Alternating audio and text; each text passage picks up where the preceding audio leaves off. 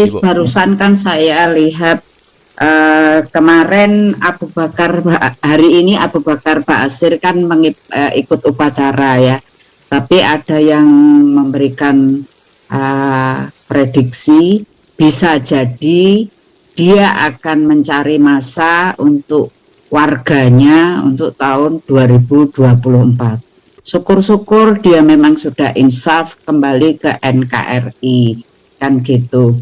Nah, kalau menurut Cais, bagaimana pandangan Cais perihal Abu Bakar Ba'asyir ini?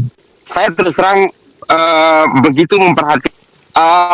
Jadi memang ada satu pernyataan Ba'asyir dalam upacara itu yang bagi saya menjadi tanda tanya. Salah satunya adalah negara ini dia mengakui Pancasila, tapi negara ini masih belum sempurna karena tidak menggunakan undang-undang Tuhan, undang-undang buatan Tuhan. Ini bagi saya sama saja Ba'asyir ini sebenarnya hanya takut ditangkap lagi bagi saya. Saya jujur saja begini loh, banyak teman-teman sangat appreciate terhadap Abu Bakar Ba'asyir. Dia mengakui Pancasila tapi masih membuat satu klaim bahwa negara ini akan sempurna kalau menggunakan undang-undang buatan Tuhan. Persoalannya adalah bagi saya, Ba'asyir berarti tidak melihat dirinya sendiri. Kalau negara ini menggunakan undang-undang buatan Tuhan, sejak 20 tahun lalu dia sudah dipenggal kepalanya karena dia bugot. Undang-undang Tuhan dalam Islam, undang-undang syariah dalam Islam, kalau ada orang yang memberontak terhadap kekuasaan negara, dalam hal ini kekuasaan presidennya atau rajanya, itu harus dipenggal karena dia dianggap sebagai bugot, pemberontak. Nah, ini yang harus dipahami. Betapa enaknya undang-undang buatan manusia itu, karena lebih fleksibel.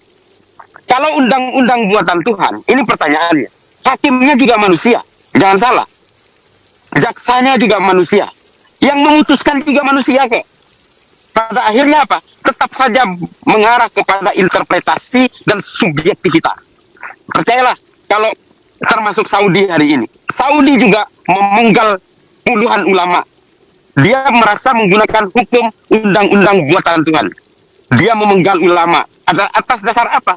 Karena dianggap bugot, pemberontak.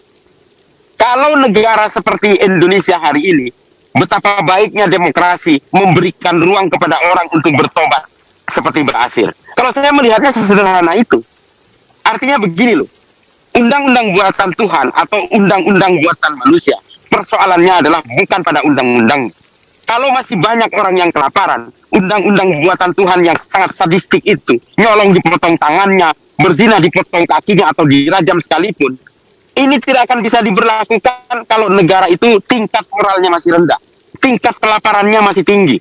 Kalau masih banyak orang lapar di suatu negara, mau dipotong tangannya pun kalau mencuri, maka satu negara itu akan menjadi buntung semua.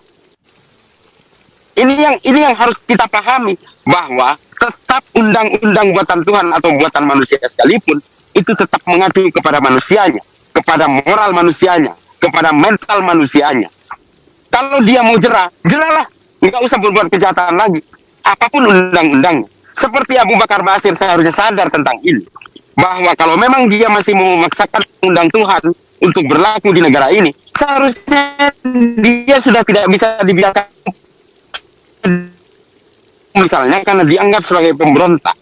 Ini yang harus disadari oleh dia. Saya menganggap bahwa bukanlah undang-undang buatan manusia ini lebih hebat dari undang-undang buatan apapun. Kalau mental manusia dan moral manusianya itu tidak bisa menyesuaikan diri dengan undangnya, maka percuma undang-undang apapun itu dibuat. Ini persoalannya. Ini untuk yang pertanyaan pertama. Saya sih terus terang mengapresiasi Abu Bakar Ba'asyir sudah mengakui Pancasila, tapi dengan membuat disclaimer bahwa negara ini akan lebih sempurna kalau menggunakan undang-undang buatan Tuhan. Seolah-olah dia masih menyisakan satu residu di dalam otaknya, bahwa dia masih merawat cita-citanya yang dulu. Negara ini harus berdaulat di bawah undang-undang Islam, undang-undang agama.